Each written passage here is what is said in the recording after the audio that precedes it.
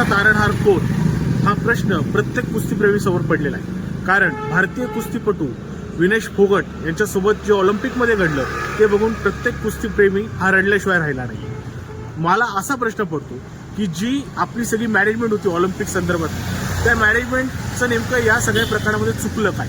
कारण एवढ्या मोठ्या खेळाडूच्या एकूण आपल्या वजनाकडं किंवा या सगळ्या गोष्टींकडे जर लक्ष नसेल तर ऑलिम्पिकचं मॅनेजमेंट करतंय काय? हे मॅनेजमेंट कुठल्या राजकारणाच्या हाती तर गेलं नाही ना. या सगळ्याचा तपास झाला पाहिजे. कारण इथं प्रश्न देशाच्या सन्मानाचा आहे, देशाच्या मेडलचा आहे. आज ह्या एका चुकीमुळं ऑलिम्पिकमधलं बहुधा गोल्ड मेडल हुकलेलं आहे आणि याची शहानिशा, याचा तपास हा झालाच पाहिजे. नेमकं दोषी कोण? मला असं वाटतं जी चूक खाशाबा जाधवांच्या बाबतीत त्यावेळेसच्या मॅनेजमेंटची झाली होती तीच चूक विनेश फोगटच्या बाबतीत आत्ताच्या मॅनेजमेंटची झाली आहे. पण याच्या मागे फक्त मॅनेजमेंट आहेत का राजकारणी आहेत याचा देखील शोध घेतला पाहिजे. जय महाराष्ट्र.